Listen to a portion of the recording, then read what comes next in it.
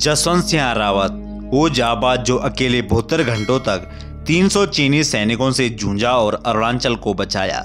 साल 1965। भारत चीन युद्ध के कई किस्से आज भी जीवित है।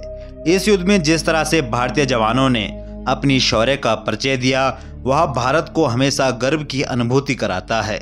इस युद्ध के दौरान एक पल ऐसा आया था जब चीन ने अरुणाचल प्रदेश को हथियाने के इरादे से वहां की सीमा पर हमला बोल दिया, मगर उन्हें नहीं पता था कि उनका सामना भारतीय सेना के एक ऐसे जवान से होने वाला था जो उनके लिए काल बनकर बैठा था।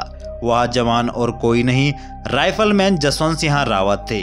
वही जसवंत सिंह जिन्होंने 300 चीनी सैनिकों का अकेला सामना किया और वीरता की एक अनूठी कहानी लिख डाली।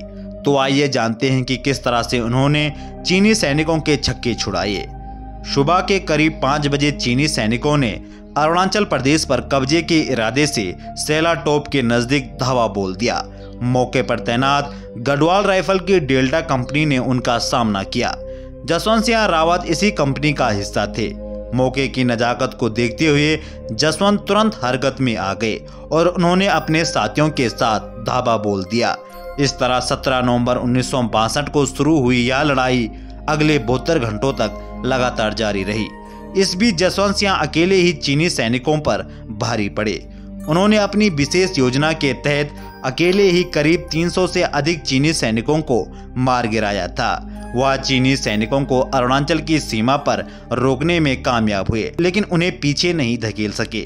कहते हैं कि लड़ाई के बीच उन्हें पीछे हटने का आदेश दे दिया गया था। दरअसल उनकी टुकड़ी के पास मौजूद राशन और गोला बारूद खत्म हो चुके थे। ऐसे में दुश्मन के सामने खड़े होने का मतलब था मौत को गले लगाना। पर जसवंत तो जसवंत ही थे। उन्होंने इस आदेश को नहीं माना और अपनी आखिरी सांस तक दुश्मन का सामना करते रहे। ऐसा भी नहीं था कि उन्हें दुश्मन की ताकत का अंदाजा नहीं था, पर वह जानते थे कि जंग कितनी भी बड़ी क्यों ना हो, जीतना नामुमकिन नहीं होता। जसवंत की शौर्य गाथा में सेला और नूरन नाम की 2 बहनों का जिक्र भी आता है। कहते हैं कि चीनी सैनिकों से लड़ते हुए जब उनके सारे साथी शहीद हो गए तो उन्होंने तय किया कि वह लड़ाई का तरीका बदलेंगे। इसके लिए उन्होंने एक रणनीति बनाई। उन्होंने दुश्मन को इस बात का भ्रम होने दिया कि भारतीय सैनिक खत्म हो चुके हैं।